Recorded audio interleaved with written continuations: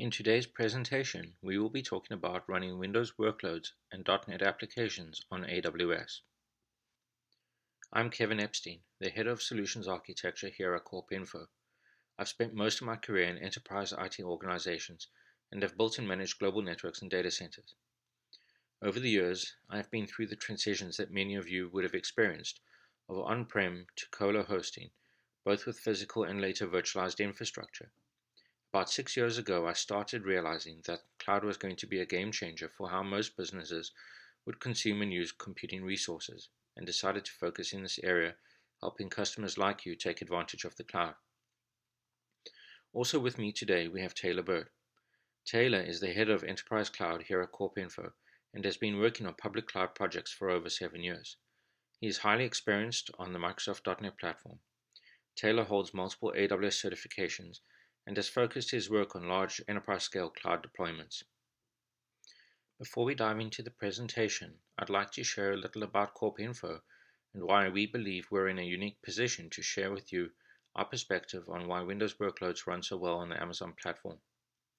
While we now focus 100% on the cloud, CorpInfo is not a new company. We have been in the technology consulting space for over 30 years and have been successful in navigating and pivoting with the most important technology movements. CorpInfo is a premier partner in the AWS Partner Network.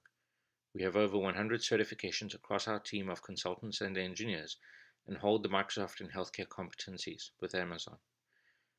We have been a Microsoft Gold partner for over 20 years and help customers on a daily basis deploy and run their Microsoft environments in AWS. In working with many customers, we have realized that there are a couple common misconceptions around running .NET in the cloud. There's a view at a high level that because Visual Studio and .NET are Microsoft products, that they must then naturally fit and run better with Microsoft. But in our experience, this is not the case, and AWS provides fundamentally stronger and more stable operating experiences for these workloads. The second misconception is that if a customer is embedded within the Microsoft ecosystem and using tools such as .NET Visual Studio and programming languages like C#, that their businesses will face too much disruption and too much change to the development process. Again, this is not true, and we'll show this during the demo with Taylor. I think that you'll see that the development process can actually be simplified in many cases. We've engaged in over 50 in-person lab sessions across the country where our engineers have taught developers to go from no experience with the cloud completely from scratch to deploying a .NET application in 90 minutes using some simple automation. The idea is to build automation pipelines that are simple and therefore scalable. To begin, we wanted to show you how your tools and workflows might change as you make the move from on-prem to AWS. Inside your existing data centers today, you're building and managing your .NET environments with tools like VSTS, TFS, and probably a healthy amount of PowerShell. As you move to AWS, the takeaway that we'd like you to see is that we don't take away these tools from you. Rather, you have all the same tools you used before, and then you get a bunch of services and tools from Amazon to make extending your current automation pipelines easier and faster. To begin with, there's Toolkit for Visual Studio, which allows a developer to navigate the AWS environment directly from the Visual Studio IDE. There's AWS Tools for PowerShell, which gives you direct access to the AWS services from within your PowerShell scripts. And then there's AWS S3, which you might use to stage deployment payloads, and AWS CodeDeploy, which is going to be a game changer in how you deploy code to your autoscaling groups. Then there is Lambda, which is an incredibly versatile tool in your development workflow, specifically because it's ideal for running single-purpose, discrete bits of code in reaction to events. And of course, we will always have CloudFormation, which will help you deploy your infrastructure. Amazon has spent a lot of time and energy building tools and services that help .NET teams move from the development stages of a project all the way through to production rollout. Visual Studio Toolkit allows developers to manage AWS resources directly from within the IDE. Code can be checked into TFS, VSTS, or if you want to embrace services that Amazon provides, you could use CodeCommit. The native SDKs allow .NET developers to consume Amazon services directly from their code. Using these tools, it's now easier than it has been in the past to build and deploy applications and services that are scalable, secure, and highly performant in much less time. Many of the AWS tools help developers focus on what's important to them, their code. Developers can spend more time writing code, while in many cases, AWS abstracts away some of the complexities of managing infrastructure. A couple good examples of this might be AWS CloudFormation, which orchestrates infrastructure, or Elastic Beanstalk, which is a service that allows developers to simply upload application code, and Beanstalk will manage the requirements behind the scenes to deploy the workloads. Beyond abstracting away infrastructure complexities, the cloud brings new capabilities to developers. AWS Lambda allows us to run serverless code. Here again, the .NET community are treated as first-class citizens, with the .NET Core being one of the languages supported by Lambda. Probably one of the most important features, though, in our opinion, and echoed by many of our customers, is that there is massive community support for the platform. As mentioned a few slides ago, the AWS Toolkit for Visual Studio really gives the developers a fully integrated experience. They can deploy or manage services such as EC2 or RDS, or they can publish Lambda functions directly from within the IDE. Of course, they can always use tools such as VSTS, in which case the developer experience is equally rich in that their workflows are still driven from the IDE. Using AWS's SDKs for .NET, developers can build applications and services that integrate directly with the AWS platform. The SDKs are feature-rich and are now very mature. The documentation for the SDKs is excellent, and there are a lot of example code snippets to get you started and help you accelerate your application development. All of the SDKs are available through NuGet. So far, we have mostly spoken about what AWS provides us as developers, but of course we do still need to manage and deploy infrastructure onto which our code will be deployed. We already mentioned CloudFormation, and it's hard to overstate just how much of a game changer it is to be able to express your infrastructure as code and have your CloudFormation templates also checked into your source code repositories. In much the same way as we use VSTS to deploy application code, we can use it to also test and deploy our infrastructure using CloudFormation. Up until now, we have been focused on the Microsoft and AWS tools available to you.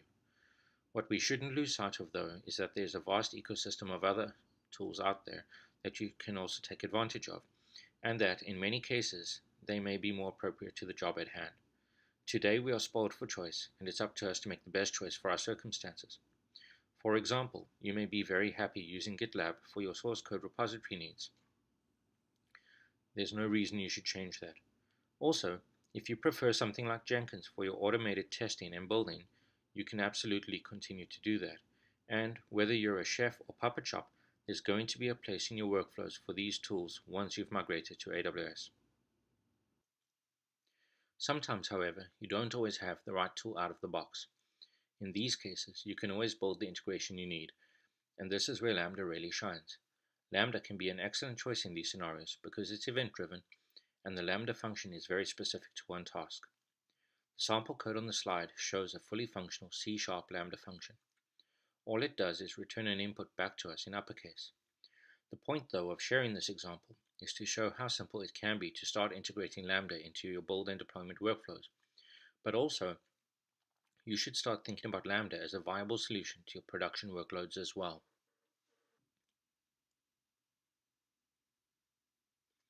Traditionally, one of the more notable differences between Microsoft environments and the open source communities was that the open source communities had a massive amount of support. What we're now seeing is that the .NET teams now have the same level of support. Amazon has delivered incredibly detailed documentation for the platform as a whole and the .NET SDKs. There's also very active forums, which you'll often find exactly the question you had being asked and answered. Extending the online support system is the Amazon Support Center. There's a couple different ways you can engage Amazon, and in many cases the teams are supporting the Microsoft product itself. Take, for example, SQL Server on RDS. SQL Server is a Microsoft product, but because it's delivered as a service, Amazon will actually support the SQL Server needs. Just before we head into the demo, we want to share with you a quick case study. When we met Edwards Life Sciences, they were ready to migrate to the cloud and weren't fully sure how they'd get started or how it would turn out. We started out with a very traditional lift and shift migration of about 1,000 servers, including some very large SQL servers that supported their JDE environment. What unfolded on the back of that migration is that Edwards started asking us to help them automate their code deployment workflows. We continue today to be engaged with them on their journey to more automated development and deployment workflow. I encourage you to take a look at the case study on our website for more details. Now, I'll hand off to Taylor, who is going to walk us through the demo. I want to take a little bit of time today to talk about some of the tooling available to .NET developers and .NET teams in AWS, as well as through a simple demonstration kind of show how those tools can be combined with AWS platform services to create a continuous integration workflow that's very seamless and using a lot of the tooling that's already in use today to get code directly from your VSTS environment onto AWS infrastructure. So to kind of outline what we want to do in our demo, just a very simple workflow of getting code from a developer all the way through the team environment to AWS. We're going to have a workflow where a developer is working in Visual Studio, checks in his or her changes, pushes those changes to a TFS or VSTS service. And from there, a TFS build is going to kick off. It's going to push that build up into S3, and then it's going to use AWS Lambda to signal to AWS CodeDeploy that deployment is ready and to actually push that out to Amazon EC2 infrastructure on a auto-scaling group fronted by a load balancer. Before we start the demo, I want to briefly talk about some of the tooling available to .NET teams from AWS. Starting with the AWS Toolkit for Visual Studio, this provides an IDE plugin to the Visual Studio environment, which enables you to manage and interact and control a variety of the AWS services directly from the IDE without having to switch over the console or integrate with the command line interface. So from here, you can interact with EC2, S3 buckets, a large variety of anything you might need to do, especially from a development and developer experience while code is being built and you want to interact with these services very quickly. Next would be the AWS tools for Windows PowerShell, which is a complete library of commandlets that wrap the AWS APIs and allow you to interact with all the core services directly from PowerShell, which can be easily integrated immediately into any DevOps scripts or automation scripts or software development scripts that are already in place today. Next would be the AWS SDK for .NET. AWS provides a complete SDK that wraps all core API functions, as well as some higher level abstraction libraries for certain tooling to enable you to integrate with AWS services immediately today from your application code without learning new languages or implementing new platform. The complete SDK is compatible with the .NET framework and latest versions of .NET Core and is all published and kept up to date and available in NuGet. So you can begin using it today just like any other external library. And lastly is a new addition, the AWS tools for VSTS and TFS, which provide a series of extensions to TFS servers or VSTS installs that enable you to interact with AWS services directly from TFS builds or TFS release management in a native way, enable you to do things such as pushing a new .NET function up to Lambda, signaling CodeDeploy, uploading files to S3, and a variety of other deployment and release related tools. So you can use the tools you use today without any custom integration straight out of the box to begin using the AWS platform. To get started, we want to take a very simple .NET web application, ASP.NET MVC. The main thing I want to show about this is that there's nothing terribly special about this application. Nothing's been done to it to make it work or compatible with AWS. There's a few files we've added to make it compatible with AWS CodeDeploy, but these files just output to the build. This solution can be compiled and pushed to an on-premise server farm, to developer workstation, etc. So there's nothing terribly different about it. We haven't wrapped it in anything to make it work in AWS. And just launching it, want to again show there's nothing terribly special. This is a very simple application.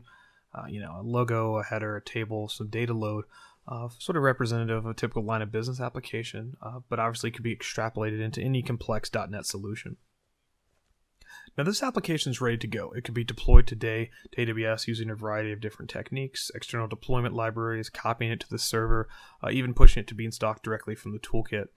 But we want to show in this demo how the tooling and the platform supports a team environment. So to do that, I actually want to show the same application from a VSTS system. So I'm going to go ahead and close this solution and connect up to my VSTS server. So find my server.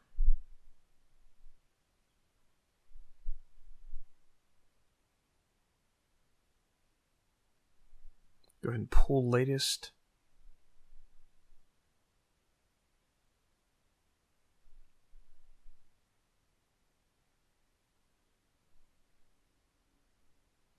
and open the solution. So exact same web app solution, just pulled from VSTS, so we're connected to source control. From here, just to illustrate our changes as we go through this deployment, I'm going to add something we can just kind of visually look at. So I'm going to modify the footer and just add a version number, just a V1, so we can see a change flow through the environment. So I'm going to go ahead and check this change in. So commit, leave a little note, commit and push. That change will go up. There we go. Now going over to our VSTS, I want to check the code history just to show that our change has gone up. Let's go into history, and we can see that, yeah, our change 5 is in fact there and ready to be built. So next we're going to go ahead back to Visual Studio and kick off a build.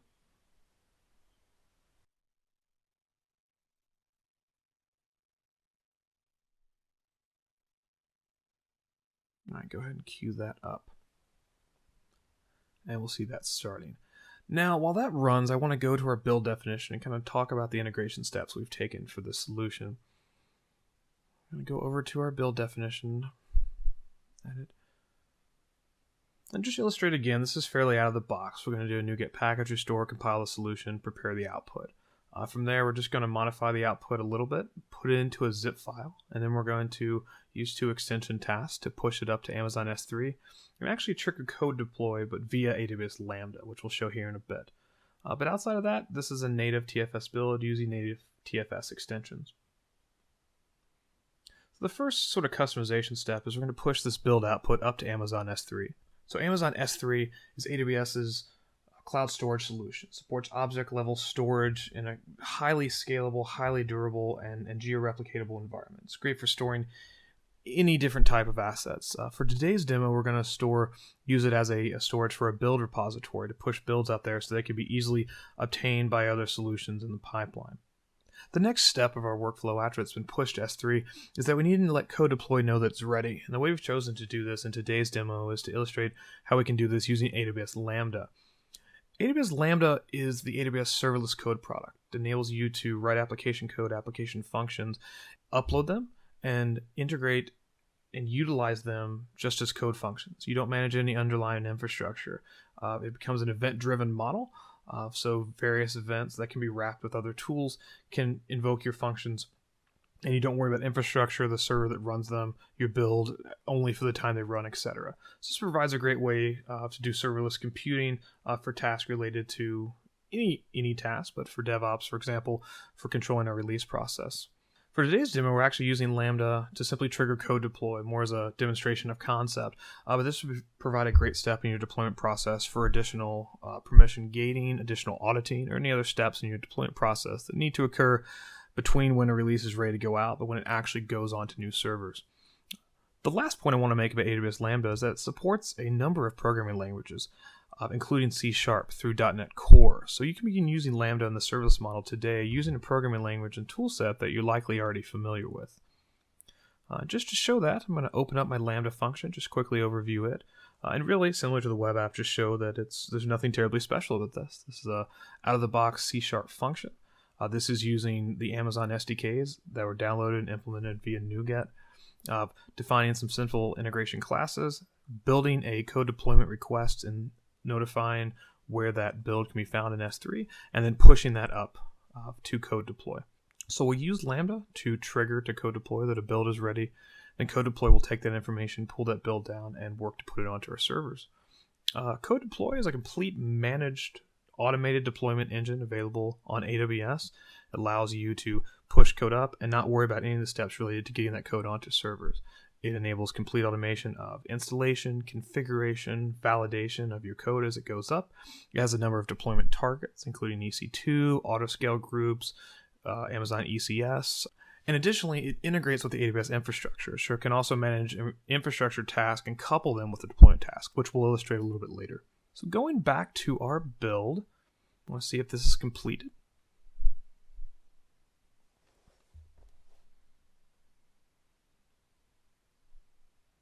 So it looks like it has, just to show it went through all its steps, standard build, preparing the package, pushing to S3, and invoking to CodeDeploy and receiving a positive response. Going over to the Amazon console, we'll start with the S3 console just to show that we do in fact have a build pushed up here. So we see a new artifact that was uploaded for this build. And then we want to go over to our code deploy. We should see a new deployment to this deployment group that's likely succeeded. Yep, so we have a successful deployment. And just to further illustrate, we're going to go over to EC2 and find the load balancer that's sitting in front of our code deployment group. We're going to grab that URL and load that into our web browser just to see that our changes have in fact deployed. Pull that up. And there we go. We have our application with our latest changes, including our version number added to the footer. Deployed end to end, just checking our code in, kicking off a build, and sitting back and letting the AWS integration tools get it onto the platform. Okay, to continue on with the demonstration, we're going to go back to our application in Visual Studio. Want to make an additional change here, so we're just going to change that version number again. So we're going to open that file up, go down, find, just change our version to a V2. Again, we're going to check this change in, go ahead and push it up.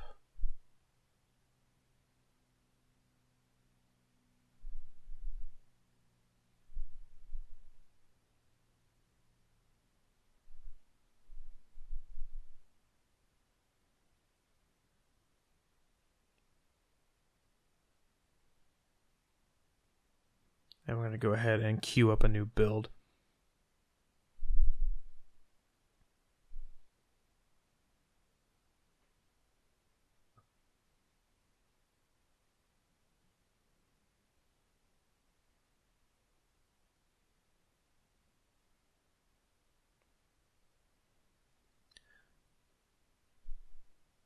While that runs, I just want to talk to you briefly about some of the features of AWS CodeDeploy.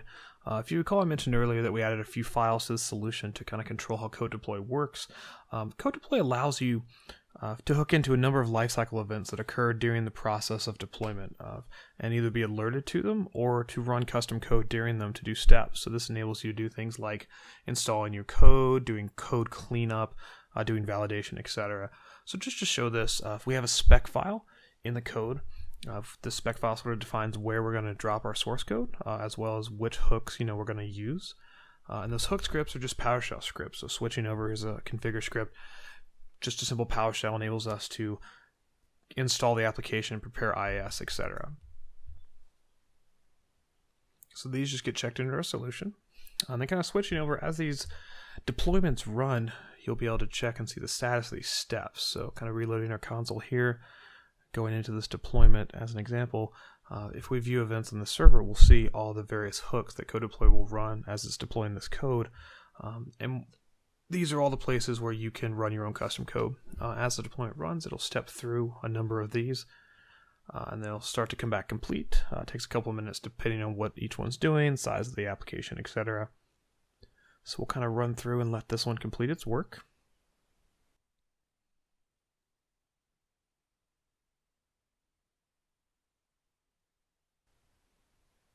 Okay, and there we go, and these are all complete. If we give just a few more seconds, the deployment should show complete as well. Okay. Okay, the next thing I want to show, I mentioned earlier that AWS CodeDeploy is a complete automation platform around the deployment process, but it's also integrated with AWS infrastructure. This enables CodeDeploy to respond to and even manage infrastructure at times related to deployment. So you can start to step back from infrastructure tasks related to your deployment, configure all that once, and then let infrastructure be automated as it goes through the deployment process. So one illustration of this shows how CodeDeploy can integrate with autoscaling groups to actually respond to health events such as the loss of a server, disruption in service. So because CodeDeploy and the autoscale group are registered to each other, CodeDeploy will be able to help us respond in the case of a loss of an instance. So to sort of show that, I'm going to go over to the EC2 console to autoscaling. I'm going to find the autoscaling group registered to our CodeDeploy. I'm going to pull up the instances in this group and actually go over to this one. And I'm actually going to go ahead and turn it off. I'm going to terminate it. And this will take it as service, so we'll have no healthy servers available for this deployment.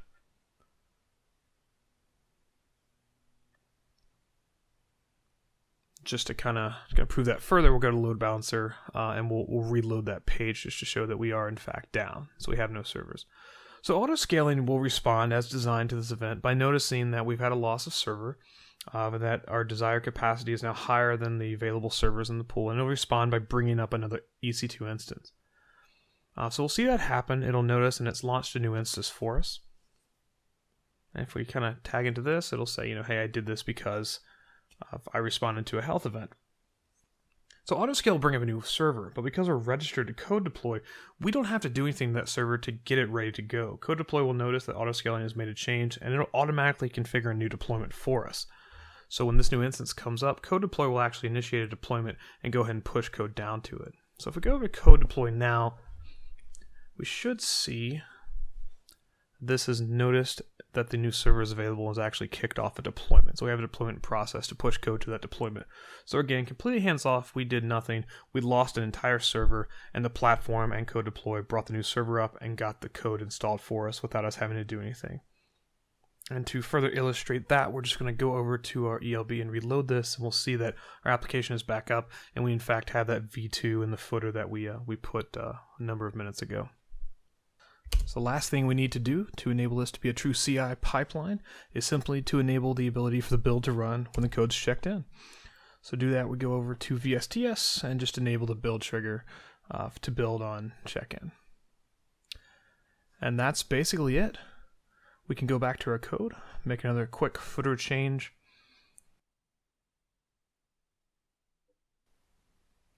and get that change checked in to source.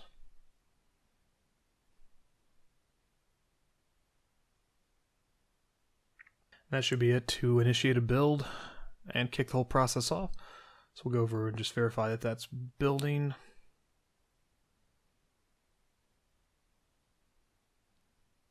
And there we go. Build's initiated. We'll kick off our deployment process and get us a new deployment into AWS.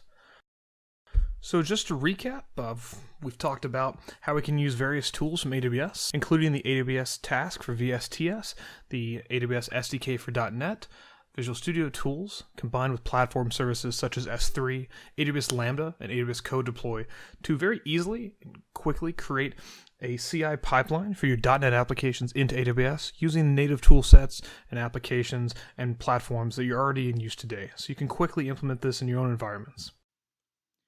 Thanks, Taylor. Hopefully that helped you see that meaningful differences to your current workflows don't have to be massively intrusive, but that sometimes small changes you make to your workflows can have very meaningful positive impacts for you and your team. For some further reading, we wanted to share a few good starting points as well. Just before we wrap up, we wanted to share a program we have found particularly helpful to our customers in the past. We call it an immersion day, and it's something you may have heard about from your AWS account reps before. We run a very similar program. It almost always is done on site at your location, which makes it easier for you to bring larger teams to the event. During the first part of the day, we do some level setting on the cornerstone AWS services, such as EC2, RDS, S3, and DynamoDB. The second part of the day is where things get really interesting. We ask that you nominate one of your workloads currently running in your environment, and we then go through a whiteboarding session to blueprint out what the workload might look like hosted in AWS.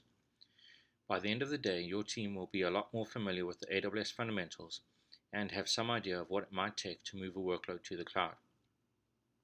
Our experience is that this process helps teams accelerate their initiatives well beyond their most optimistic initial expectations.